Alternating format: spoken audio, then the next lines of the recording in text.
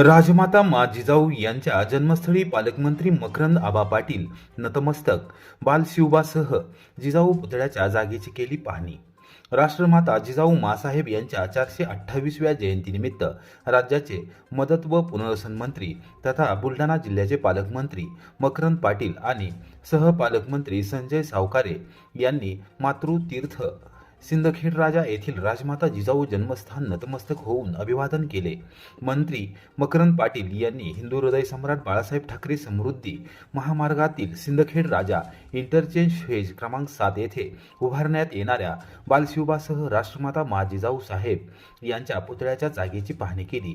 या प्रसंगी आमदार मनोज कायंदे, सातारा जिल्हा परिषदेचे माजी उपाध्यक्ष नितीन भरगुडे पाटील, राज्य शासनाच्या पुणे विभागीय अधिस्वीकृती समितीचे अध्यक्ष व सातारा जिल्हा मराठी पत्रकार संघाचे अध्यक्ष हरीश पाटणे, उद्योजक दयानंद भोसले, नगराध्यक्ष सौरभ तायडे, जिल्हाधिकारी डॉक्टर किरण पाटील आणि जिल्हा पोलीस अधीक्षक निलेश तांबे, उपविभागीय अधिकारी संजय खडसे यांच्यासह वरिष्ठ अधिकारी यावेळी उपस्थित होते।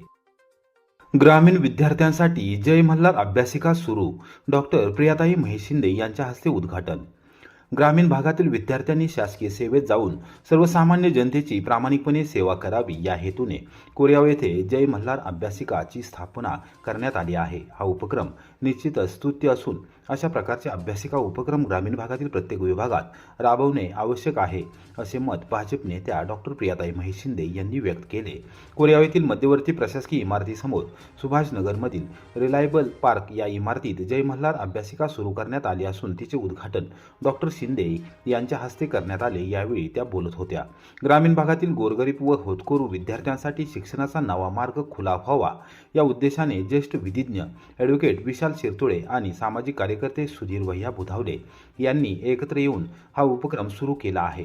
उद्घाटन प्रसंगी ज्येष्ठ विधिज्ञ DM बर्गे, सुहास भंडारे, RP बर्गे, माजी उपनगराध्यक्ष सुनीलदादा बर्गे, नगरसेवक साईप्रसाद बर्गे, हनुमंतराव दादा जगदाळे, प्रशांत संगपाळ, जवानसिंग घोरपडे, सुनेताताई भोसले, अमोल माने, धनवान कदम यांची प्रमुख उपस्थिती यावेळी होती। यावेळी बोलताना ॲडव्होकेट विशाल शिरतोळे यांनी सांगितले की आमदार महेशिंदे यांच्या मार्गदर्शनाखाली आणि दौलतनाना शितोळे यांच्या प्रेरणेतून हा उपक्रम राबवण्यात येत आहे। ग्रामीण भागातील विद्यार्थ्यांनी व पालकांनी या अभ्यासिकेचा लाभ घ्यावा असे आवाहन त्यांनी केले। सामाजिक कार्यकर्ते सुधीर भैया बुधावले यांनी अभ्यासिकेच्या उभारणीमागील भूमिका सविस्तरपणे विशद केली। कार्यक्रमात संतोष केंद्रे, रामभाऊ देवकर, विष्णू मदने, गणपत चव्हाण, गणेश चव्हाण, पैलवान तुषार चव्हाण, वैभव बर्गे, प्रवीण चव्हाण, डॉक्टर गणेश होळ, पैलवान Vijay Madane, Dayanand Patole, Sadanand Bhandalkar, advocate Mahesh Godse, BB Jadhav, Santosh Phadtare, Rajesh Kasar, Amit Kadam, RK Bhutkar, Rushikesh Vetal, Vikram Phadtare, Gayatri Bhutkar, Vishwanath Ganjal, DB Nikam यांच्यासह कोरेगाव तालुका वकील संघाचे पदाधिकारी, जय मल्हार क्रांती संघटनेचे जिल्ह्यातील पदाधिकारी व कार्यकर्ते मोठ्या संख्येने उपस्थित होते।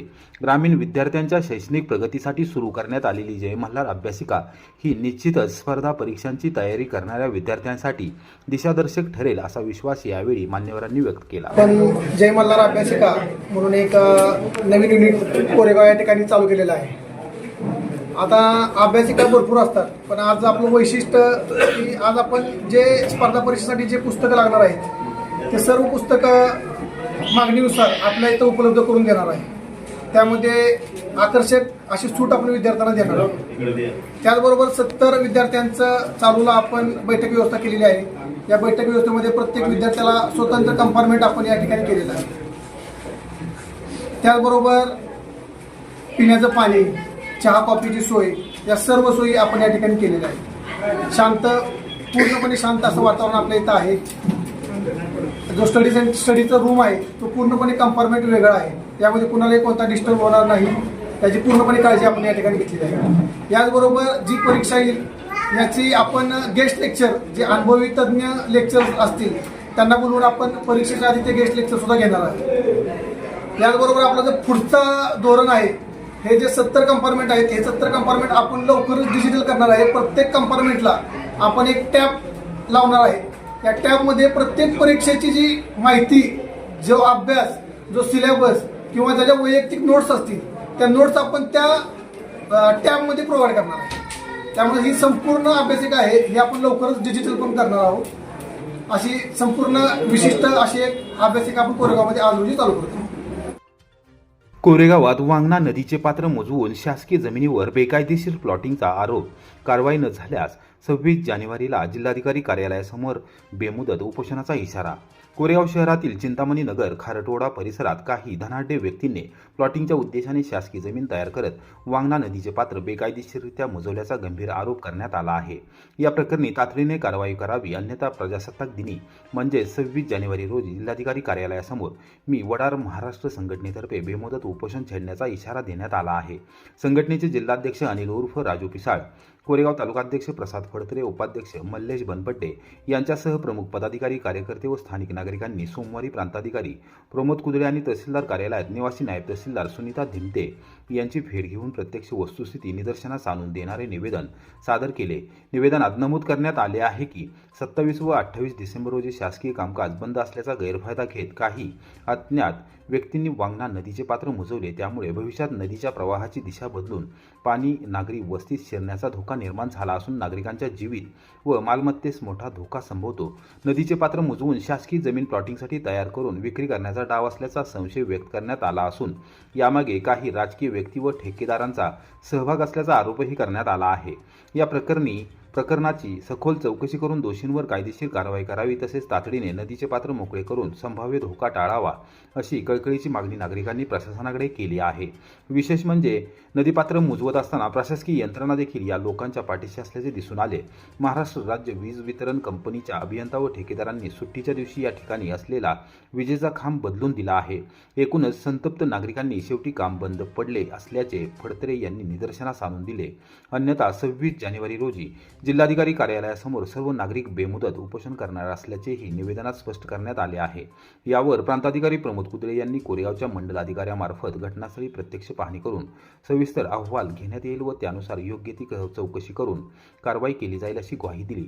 निवासी नायब तहसीलदार सुनीता धिमते यांनीही प्रशासन निश्चितपणे कारवाई करेल असे आश्वासन दिले. यावेळी लोहेश पवार, गणेश पवार, विठ्ठल पाथरूट, तुषार पवार, प्रथमेश पवार, शंकर भंडलकर, अक्षय फडतरे, हनुमंत पवार, प्रणव सावंत, झाकीर शेख, प्रकाश फडतरे, गौरव गोतालजी, संदीप पवार, सादिक शेख, बाळू मदने, विठ्ठल जाधव यांच्यासह स्थानिक रहिवासी, पदाधिकारी व कार्यकर्ते यावेळी उपस्थित होते. फडतरे, मी वडार महाराष्ट्र कोरेगाव तालुका अध्यक्ष. या प्रकरणाचं जर शासनानं गांभीर्य घेतलं नाही तर आम्ही येत्या 26 जानेवारीला आंदोलन करणार आहे. रविवार असून सुद्धा तो त्या जागेतला पोल शिफ्टिंग करण्यासाठी ती टीम आली होती आणि त्यांनी प्रयत्न केला.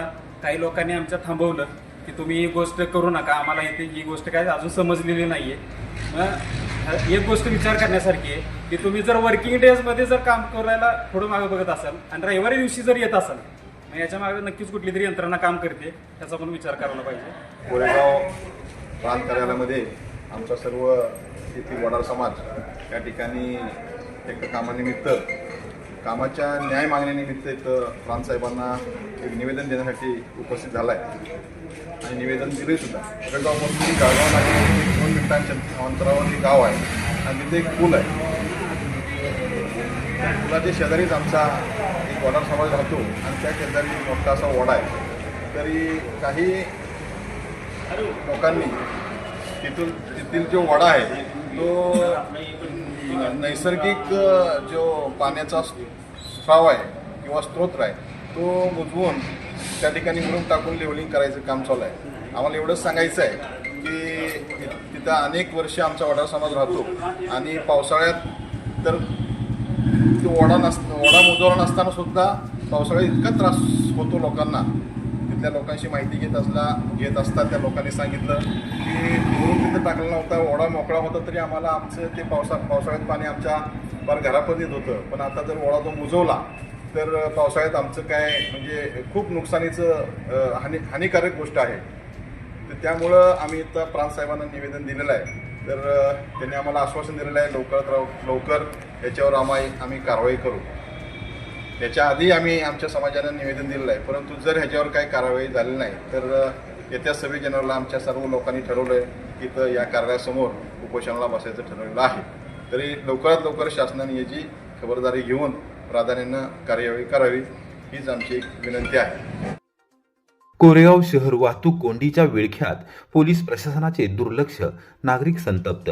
कोरेगाव शहरातून सुरू असलेल्या अहोरात्र ऊस वाहतुकीमुळे शहरातील वाहतूक व्यवस्थेचा पुरता बोजवारा उडाला असून दररोज तासनतास वाहतूक कोंडी होत असल्याने सर्वसामान्य नागरिक व वाहनधारक अक्षरशः हैराण झाले आहेत. सातत्याने होणाऱ्या या कोंडीमुळे शालेय विद्यार्थी, रुग्णवाहिका, नोकरी धंद्याला जाणारे नागरिक आणि व्यापारी वर्गाला प्रचंड मनस्ताप सहन करावा लागत आहे. कोरेगाव शहरातून जाणाऱ्या सातारा लातूर राष्ट्रीय महामार्गासह खंडाळा शिरोळ राज्यमार्ग आणि जेहेकटापूर ते खेड नांदगिरी जिल्हा मार्गावर प्रचंड प्रमाणात ऊस वाहतूक सुरू आहे. कोरेगाव तालुक्यासह इतर तालुक्यातील व परजिल्ह्यातील सुमारे 12 साखर कारखान्यांची वाहतूक या शहरातून होत असल्याने वाहतूक कोंडी ही रोजची डोकेदुखी बनली आहे. गंभीर बाब म्हणजे कोरेगाव पोलीस ठाण्यात मंजुरीपेक्षा अधिक अधिकारी व कर्मचारी असतानाही वाहतूक नियंत्रण शाखेत फक्त 2 हवालदार व 2 कर्मचारी कार्यरत आहेत.